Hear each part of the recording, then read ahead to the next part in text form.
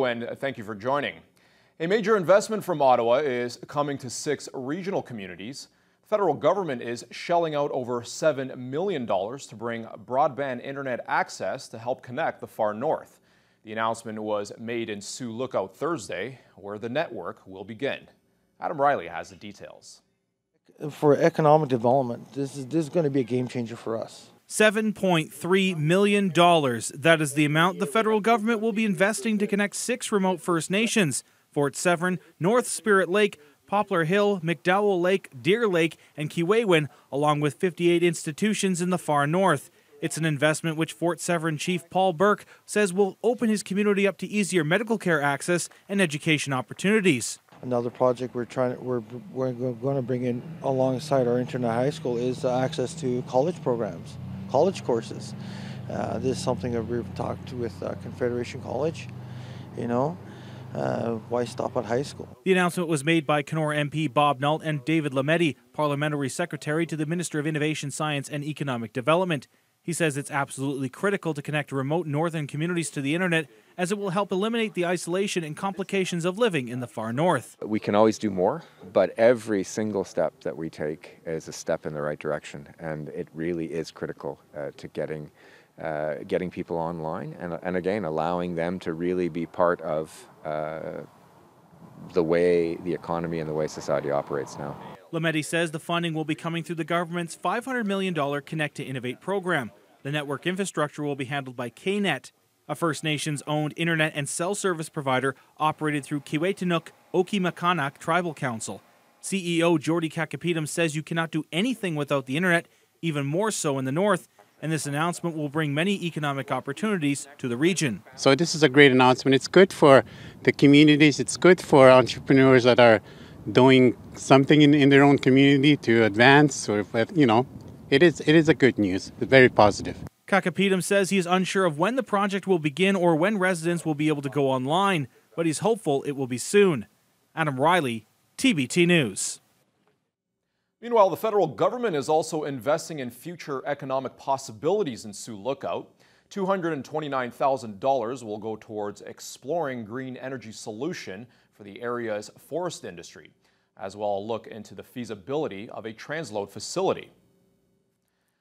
The community is poised to be a major stop to bring supplies to remote communities and for its mining operations such as the Ring of Fire. The facility would be connected to the CN rail line, which runs through the community. Sioux Lookout Mayor Doug Lawrence says the facility is part of a partnership with industry players and more. Continue to grow as a hub for transportation, so it would be a transload for materials arriving by train, going north by truck, materials arriving from the north, be it minerals or resources by truck, and getting loaded onto a train and being taken for processing. It will be a significant project for us and really help to cement our role again as hub of the north. Lawrence says the facility will also give his community an industrial tax base to help offset the residential and commercial taxes. An assault case in Marathon may now potentially be a homicide. OPP originally charged 45-year-old Sheldon Finlayson with aggravated assault earlier this week. The victim in the attack died in hospital Wednesday, but police have not yet upgraded the charges.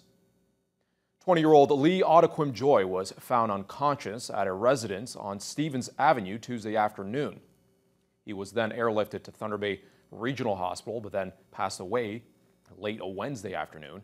Finlayson was arrested soon after the incident, and he remains in OPP custody.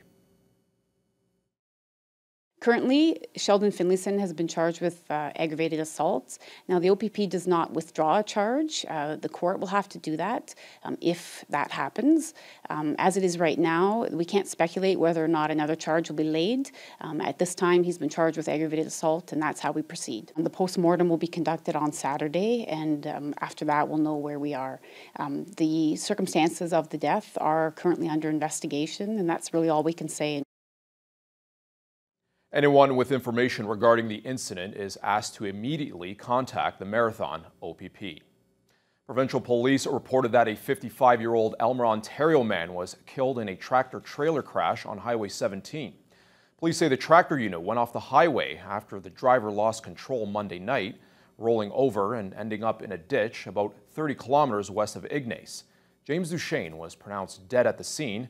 The cause of the collision is still under investigation. Few details are being released regarding the death of an out-of-province firefighter who was battling one of the many blazes here in the Northwest. Jerry Gadwa, a firefighter from a First Nation in Alberta, was found unresponsive last week while assisting the firefighting efforts in the Red Lake District. He was then transported to hospital and was declared dead. Gadwa's death is being investigated by both the Ministry of Labor and OPP. Fire Operations Supervisor Roger Lemieux says a separate investigation is being undertaken. Our sympathies definitely go out to the province of Alberta, the family and friends of the individual who passed over the weekend, but we can't provide any further comment until the investigation is complete. Meanwhile, the forest fire hazard in the far north and the western parts of the region remains high as of Friday. Firefighters are only now starting to get a handle on controlling Kenora Fire 71, which has been ablaze for more than 3 weeks. With fires burning across the province, fire rangers are being deployed wherever they can. Region, several crews on the Kenora Fire, several crews in Red Lake District and Sioux Lookout District. So our resources, we transfer them around the province with no barriers. With ministry resources already strained, Harlan asked that the public be extra cautious as they don't have the bodies to tackle man-made fires. The Ministry of Natural Resources and Forestry is also asking for the public's help in identifying those responsible for starting a forest fire in the Kenora District. On July 29th, the fire was discovered on an island in Big Bay on Shoal Lake. The area can only be accessed by boat and was localized by individuals who used to build a campfire there. Locals began suppression efforts and were later joined by MNRF rangers who extinguished the 0.1 hectare fire. All forest fires are investigated thoroughly. Anyone involved in the cause of fires will be financially responsible for property damage and extinguishing. Some more sweeping changes are coming to social assistance in Ontario. The PC government's latest casualty is the Basic Income Program. Thunder Bay was one of several communities to test launch the pilot project formed by the previous Liberal government. Social Services Minister Lisa MacLeod announced the moves on Tuesday. While we're working on our new plan, on compassionate grounds, we're going to raise rates by 1.5% across the board to help those with the cost of living. This will replace the patchwork of handouts and regulatory changes that were included in the Liberals' final days. We're also going to wind down the Ontario Basic Income Research Project, which is clearly not the answer for Ontario families. The pilot project started in April 2017, where 1,000 people in the Thunder Bay area got their first basic income checks. Eligible participants would receive around $17,000 a year for a single person and up to $24,000 for a couple, minus 50% of any earned income. Local anti-poverty officials are rejecting the government's move. Social researcher Bonnie Kurzawate says the basic income program may not have been lifting people out of poverty, but a difference was made. Scrapping that program and investigating raises in social assistance is not the solution. We know that social assistance rates would have to be raised by about 40% to really equate to what today's standards are for income.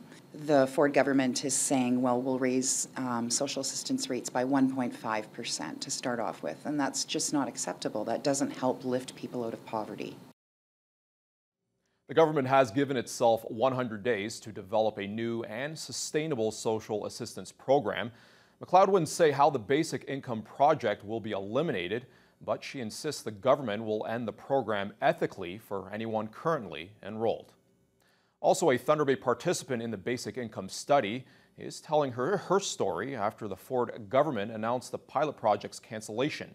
Sherry Mendewagen says having a guaranteed income allowed her to go back to school, get her driver's license, and create a stable environment for her family. Carmen Wong has more. They're very outraged at this decision. They also said, you know, Ford is not going to touch our money, but yet he is canceling this, and it's devastating. It's really devastating. I told my spouse we will make it, but it's going to be hard. So I'm very determined to finish my education, get us out of low income. and enjoy life. The Basic Income Pilot Project began last year. Sherry Mendewigan was one of 1,000 participants in Thunder Bay, which was one of the 3 cities chosen by the former Liberal government to test out this new form of social assistance. It was described as a way to lift people out of poverty so that they could improve themselves and get back into the workforce. Mendewigan says it made a positive impact on her family's life and allowed her to take courses at Confederation College. I don't plan to be on this pilot program all my life. It's just support to get me through schooling and to get me a job and the right education. The pilot program was supposed to last for 3 years. Social Services Minister Lisa MacLeod announced Tuesday that the government is winding down the program, but no timelines were given for when the basic income checks would stop coming. The government should get in contact with us and let us know when this is going to happen, or at least let us live out the 3 years that they promised us. And like I said, it's only 3 years, and this 3 years I did plan. I had a lot of plans for my future and for my family. But now I'm just left clueless and don't know what to expect. Carmen Wong, TBT News. 50 years ago, a small selection of 58 lakes here in the Northwest became the site of the world's largest living science experiment. Since then, the experimental lakes area have been home for groundbreaking environmental research. The facility has put focus on climate science to help guide governments. And this week, the federal government committed to the research with a sizable investment.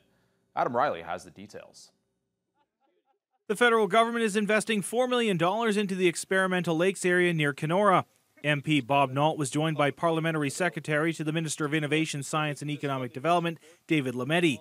He says the investment is part of a renewed push by Ottawa to support science. In the most recent 2 budgets, we've put forward our innovation agenda, and we've put forward an agenda to put money back into funding basic curiosity-driven research in universities and colleges across Canada through our major funding agencies. So this is completely consistent with that. The ELA is located 30 kilometers off of Highway 17 and is home to 58 lakes, which have been set aside for scientific study.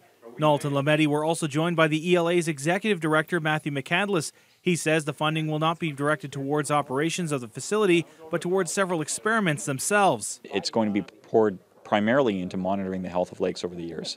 And this will underpin a lot of the additional work we do on new contaminants, on selenium, on oil spills, on climate change, on better ways of stewarding the water resources. It was just a few short years ago when the then federal Conservative government had the ELA slated for closure. However, a timely partnership and intervention by both the provinces of Ontario and Manitoba kept the facility open. Nault says Wednesday's announcement of $4 million is a continuation of funding announced in 2016 to continue projects at the facility. And so now that funding is completed and lapsed. So this is the renewal for the next 4 years. So it's $1 million a year, and we hope to be able to continue to contribute because we think it's that important, not just to the region, but to the whole world with the work that these guys are doing. Nault adds the funding also comes during the 50th anniversary of the creation of the ELA, which has been influential in environmental policy making, not just in Canada, but for governments around the world. We have data going back a long time that can be used to show what's going on in the climate change world, what's going on with the fish habitat, what's going on with the air quality. All that's been monitored now for over 50 years. Adam Riley, TBT News. Coming up after the break, regional residents will head to the polls once again to elect their respective community leaders.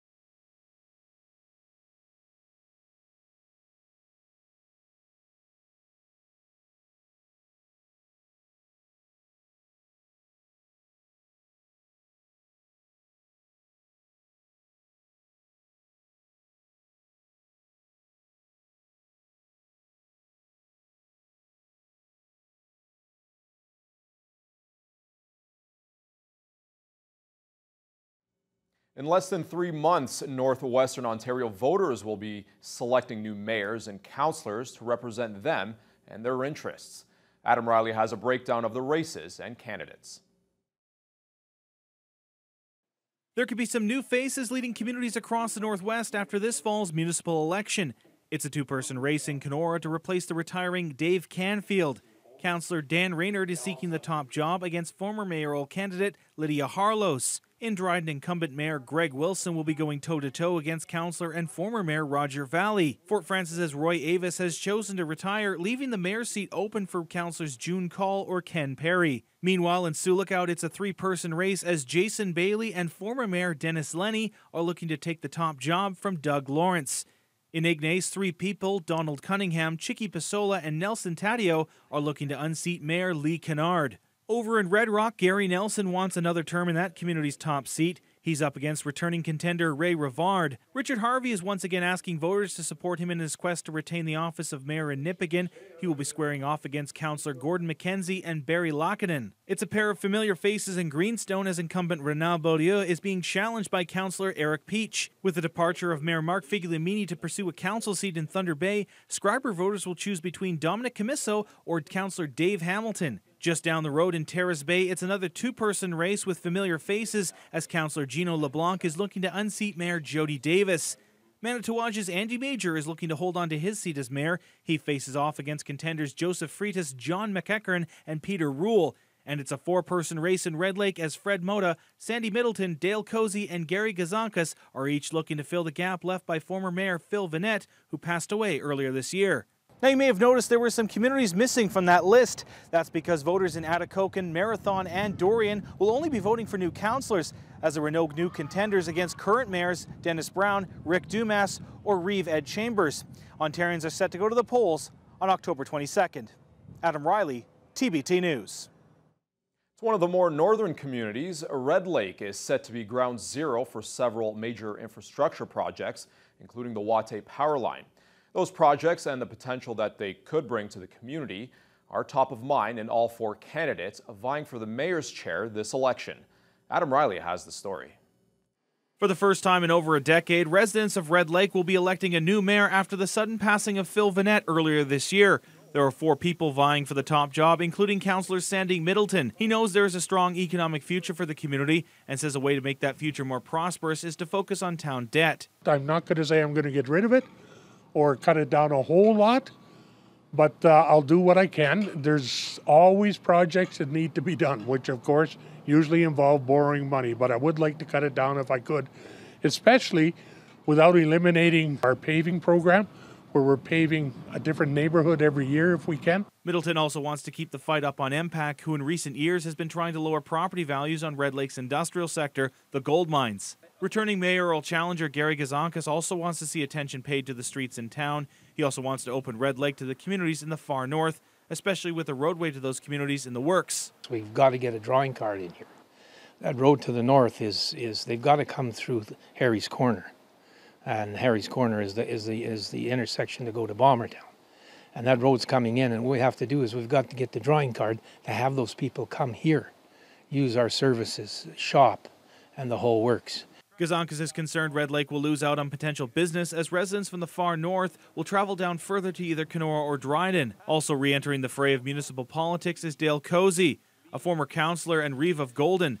He believes Red Lake has to encourage new businesses to come to town, which in turn will bring more tourists and residents to the community. First thing would have to be is to review the existing infrastructure and finances and what the town could offer to these future businesses, which would entice people to stay. You need active participation from all businesses. Also taking a stab at the mayor's office is Councillor Fred Mota. Like Middleton, Mota is also a current member of council. A major part of his campaign is to have a 0% tax increase for 2019. He also wishes to tackle an issue felt in many municipalities across the Northwest: housing. We also are looking at some transitional housing initiatives. We are lacking senior housing in this community, and most seniors that I have been speaking to, their transition is from living on their own to a nursing home. There's nothing in the middle there.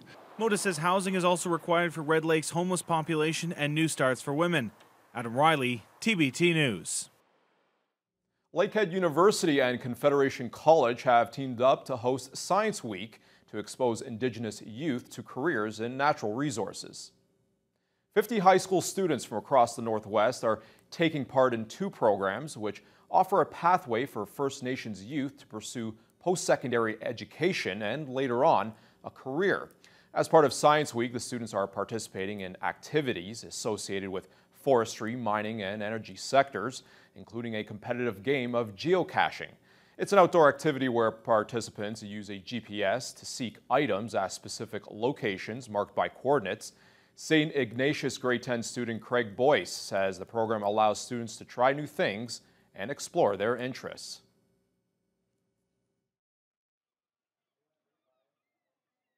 It frees up more students, and it helps with their education and all that, especially with the outdoors. Young people today are so exposed to all sorts of things, and there's a lot of pressure that they need to have their lives figured out at a really early age, which is just not the case. And I think that this program is great because it gives them a look into all sorts of different careers. Once they completed the 6-week program, the students will receive 2 high school credits. Science Week is part of the Outland Youth Employment Program and the First Nation Natural Resource Youth Employment Program. Coming up next, the best-known secret on the North Shore is getting ready for its 17th season.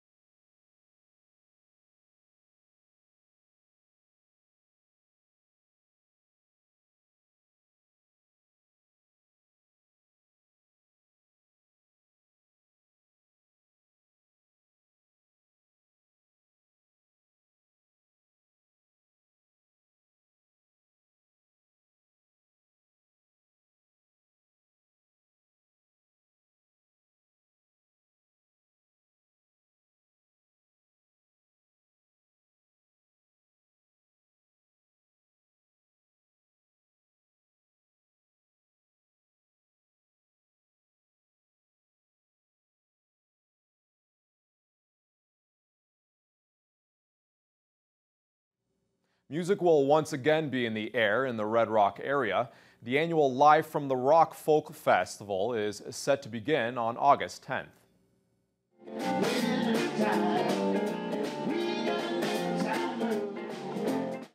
For the past 16 years, the festival has brought hundreds of people into the tiny hamlet of Red Rock for a weekend of music and good times. Festival Chair Laura Fold says this year will be an exciting one as their new artistic director has found several new acts to entertain the masses. She says the fresh entertainment will be performing on 4 different stages throughout the weekend. This year we have a ton in store. We've got an excellent lineup that I personally am super excited about. We've always got our alternative programming, and we also have a food vendor area. We've got an artisan village, family programming, workshops in the daytime, and then the evening stage at night, on-site camping. So again, we try to build on what we do the previous year, and like I said, it's the 16th year this year, so we've got lots in store for everybody. Folt says the festival is known as one of the best kept secrets on the North Shore and is encouraging as many people to come out as possible. The festival runs from August 10th through to the 12th. Well, that's all we have for this week's edition of Northwest Newsweek. Stay tuned until next time. I'm Jason Gaidola. Take care.